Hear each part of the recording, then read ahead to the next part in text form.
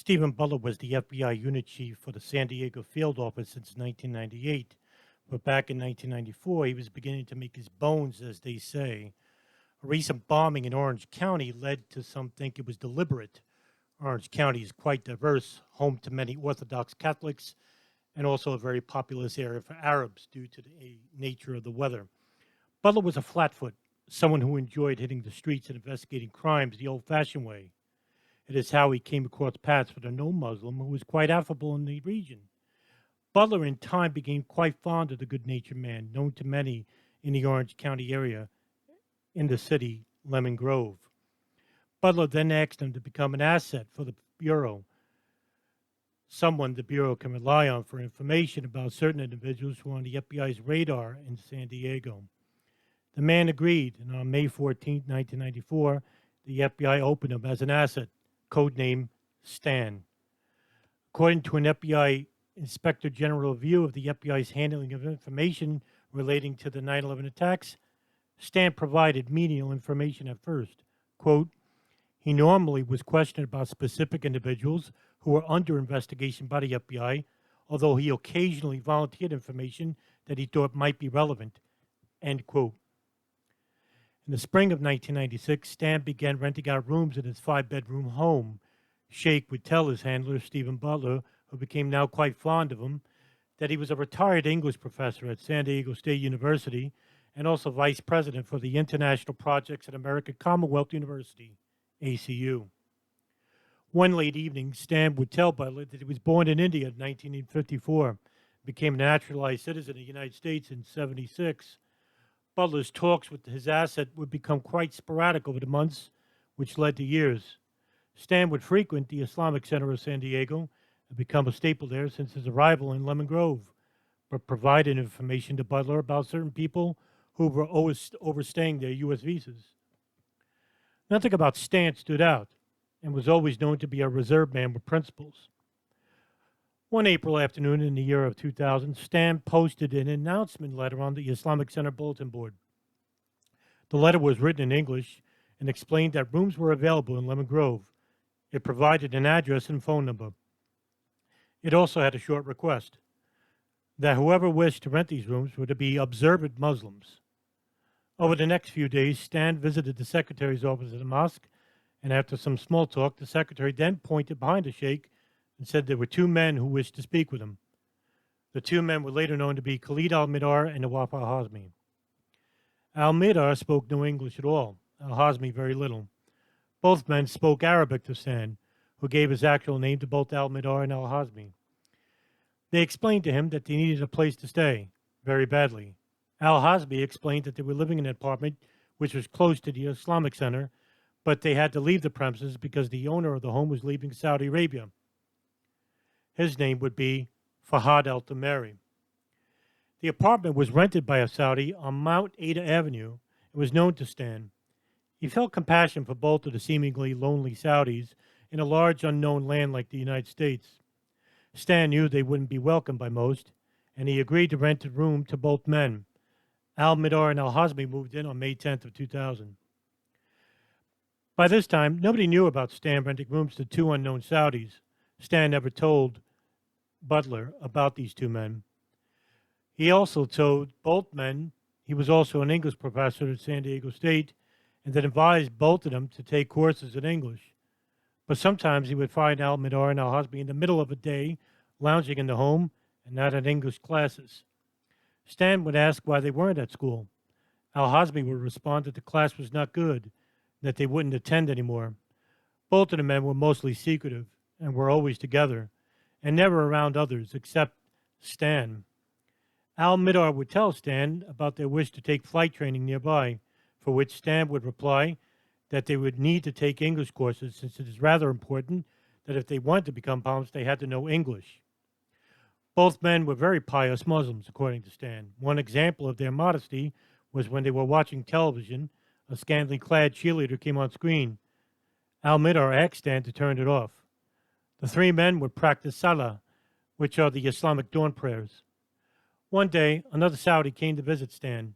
His name was Omar al-Bayoumi. Both men would become good friends, which started at the Islamic Center in San Diego, where they first met. Al-Bayoumi would greet al-Hazmi, who he saw mingling in Stan's home, and stated that it was he who referred al-Mihdhar and al-Hazmi to see Stan about renting out rooms to them both. When al-Bayoumi left, Nawaf al-Hazmi would explain to Stan that he didn't like al-Bayoumi and thought he was a Saudi agent of sorts, exclaiming that al-Bayoumi would always carry around a video recorder, taking pictures and video.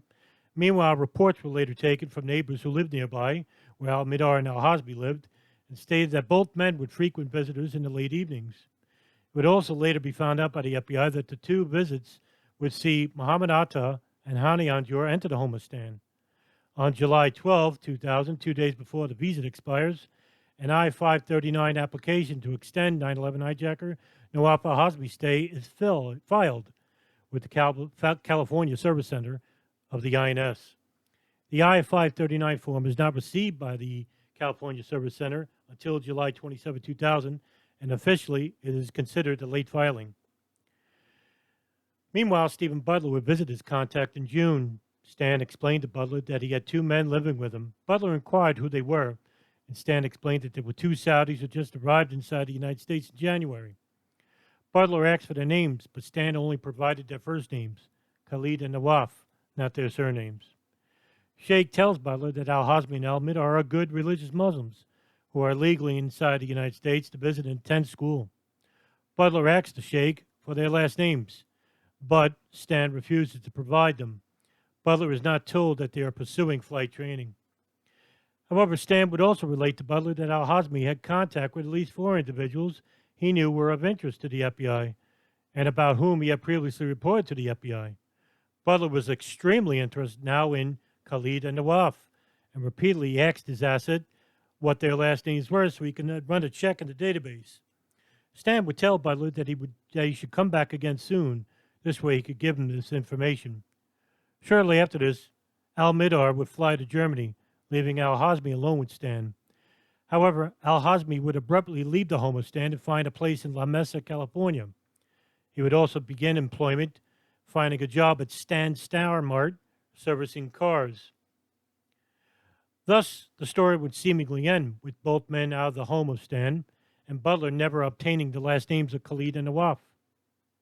September 11, 2001. After the attacks, the FBI's pent bomb investigation into the hijackers led back to Butler's asset, Stan. He was debriefed about the two men, now known as hijackers, for American Airlines Flight 77, which crashed into the Pentagon. Stan told the FBI everything he knew about the men, and it was then that they saw Stan as someone who knew nothing about the 9/11 terrorist attacks.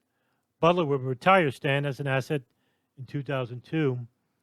But as the smoke cleared, the mysterious asset with Stephen Butler had more mystery to him. San Diego State later exclaimed that this man was never at any point employed as an English professor, nor was he a vice president for international projects at American Commonwealth University. He was nothing more than a diploma mill, which was owned by a retired Air Force general named William Lyon.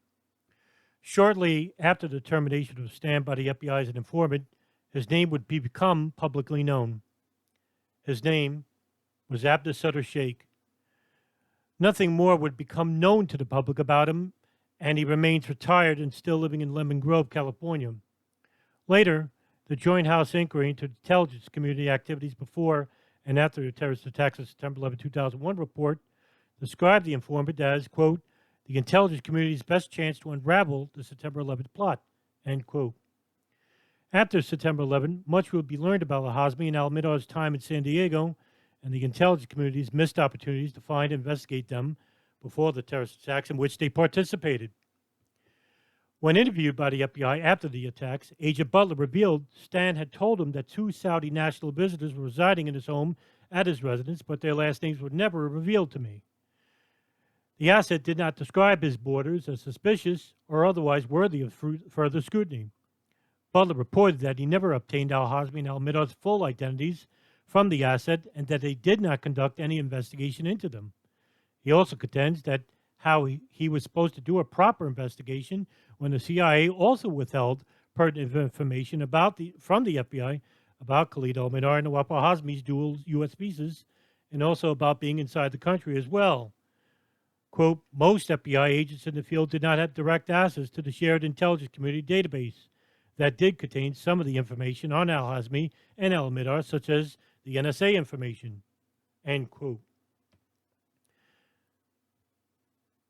The mystery regarding why the CIA and why the FBI informants regarding al-Hazmi and al-Mihdhar were never revealed to their handlers will always pose more questions than answers.